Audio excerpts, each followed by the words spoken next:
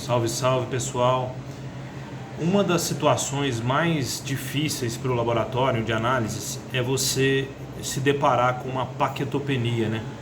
Uma diminuição acentuada do número de plaquetas. Primeiro vamos lá, plaqueta aqui eu separei uma macro plaqueta, já quase uma plaqueta gigante aqui, tá?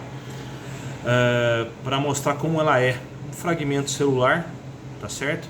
Dentro dela uma quantidade grande de enzimas, de grânulos, de fatores de crescimento que são responsáveis pelo tamponamento sanguíneo, né? Então, quando você faz um corte ou quando ele vai ter que estancar um sangramento, ele vem na fase final da coagulação para fazer o tamponamento ali, parar de, junto com a rede de fibrina que é formada, estancar o sangue. E além disso, dentro dele há inúmeros fatores de crescimento que estimulam o crescimento de novos tecidos, né? Para formar e regenerar aquele tecido do local ali. Até hoje, um parênteses aí, é muito usado no PRP, né? No plasma rico em plaqueta. A plaquetopenia é muito difícil, por quê? Porque ela tem uma série de interferências que você precisa ficar esperto, né? Por exemplo, coleta. Coleta demorou muito, não demorou. Esse paciente que você fez a punção, o garrote, ficou muito tempo garroteado. Tá certo? Tudo isso são situações pré-analíticas que interferem no teste. Além disso, há resistência intrínseca ao anticoagulante que a gente usa aqui. Então, por exemplo, esse caso foi um caso que a gente coletou no EDTA, né? K3, que é o que a gente usa corriqueiramente no nosso dia a dia, aquele tubinho de tampa roxa, tá certo? Para fazer a contagem. Você faz a contagem ali, ele vem com plaqueta baixa. O primeiro passo que você tem que fazer? Entender o seguinte, opa, vamos olhar, não teve nenhuma intercorrência de coleta, não teve nenhum problema na coleta lá, foi tranquila, não foi demorada, não teve nada disso. Então vamos começar a fazer as análises dele agora. A gente faz a distensão hematológica, de preferência feita na hora da coleta, tá certo?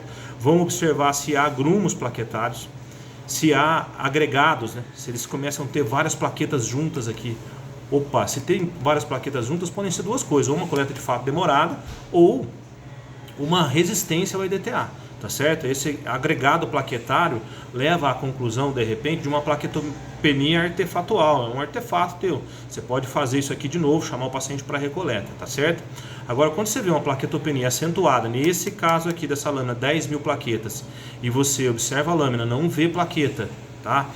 As que você vê, elas estão de tamanho aumentado, tá? Vez ou outra uma macroplaqueta, vez ou outra uma plaqueta gigante, opa, aí é uma situação de plaquetopenia real mesmo, tá certo? Essa aqui no caso 10.000 plaquetas, tá certo? Pra você entender a variação normal de 150 a 400.000 plaquetas, esse aqui no caso nós temos aí 10.000 plaquetas, tá certo? Paciente com PTEC, enfim, existem algumas indicações que de fato a plaqueta está baixa, mas o que eu quero nessa situação aqui?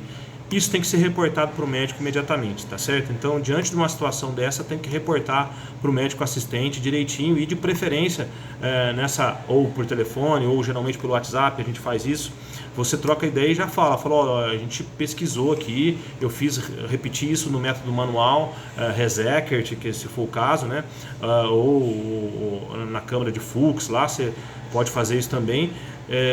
Fez a contagem, confirmou direitinho, observou a lâmina, reporta isso para o médico. Metodologia repetida e confirmada em lâmina, e libera para ele o quanto antes para avaliação, tá certo?